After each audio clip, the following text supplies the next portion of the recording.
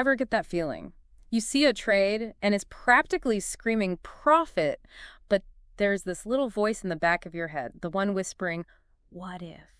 What if it all goes wrong? We've all been there. It's the age-old dilemma of risk versus reward. And that's exactly where we're diving deep today. We're talking smart trading and figuring out how to balance those risks and rewards. Because at the end of the day, it's the difference between gambling and, well, strategic investing.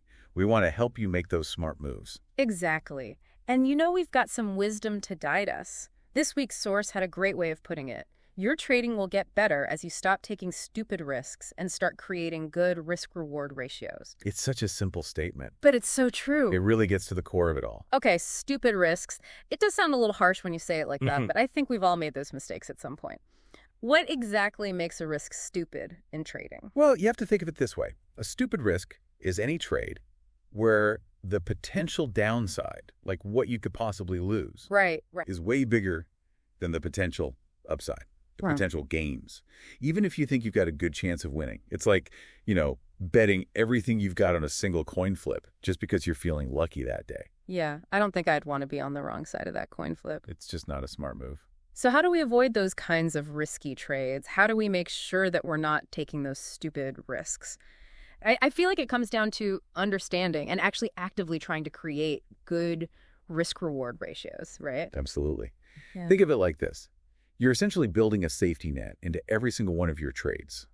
A good starting point is aiming for a potential profit that's at least double your potential loss.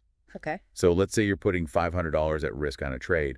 You'd ideally want to be looking at a potential profit of at least $1,000 on that same trade. That 2-to-1 ratio, that makes a lot of sense. It's easy to wrap your head around. But you mentioned something earlier that I think is really important. What's considered good can actually change from person to person, right? 100%. Yeah. Every trader has a different risk tolerance. Some people, especially if they're just starting out, they might be perfectly happy with smaller wins. Sure. As long as they're consistent wins. Yeah.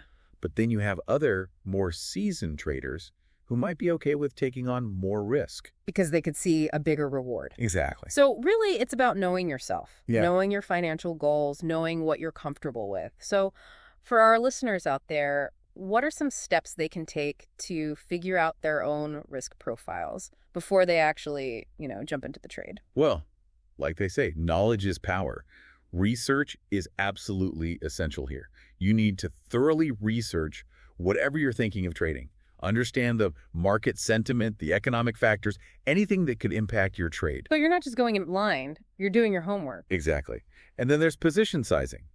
How much of your capital are you actually willing to put on the line for a single trade? Right. You don't want to put all your eggs in one basket.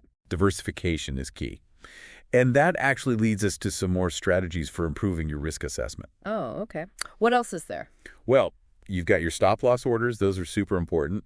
They basically act like a safety net. So if the price of your asset starts to tank, they'll automatically sell and prevent even bigger losses. So you're not just watching it plummet, hoping for the best.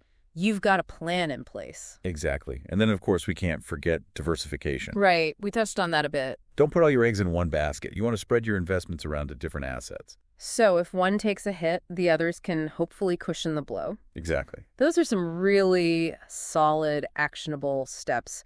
We've covered a lot today, but I want to bring it back to our listeners for a moment. If there's one small change you could make to how you approach trading starting today to really get a handle on your risk versus reward, what would it be? Would it be setting those stop-loss orders more often? Dedicating maybe just an extra hour to researching before you actually click the trade button? Let us know. Because even those small changes over time can make a world of difference. Couldn't agree more. Now, before we wrap up, one final thought to leave you with. Imagine for a second that you had to go before a board of investors and justify every single trade you made. How would you present your risk versus reward analysis? How would you make sure they were confident in your decisions? It really makes you stop and think. It really does. Well, on that note, we'll wrap it up there. As always, thanks for joining us for the deep dive. We'll catch you next time.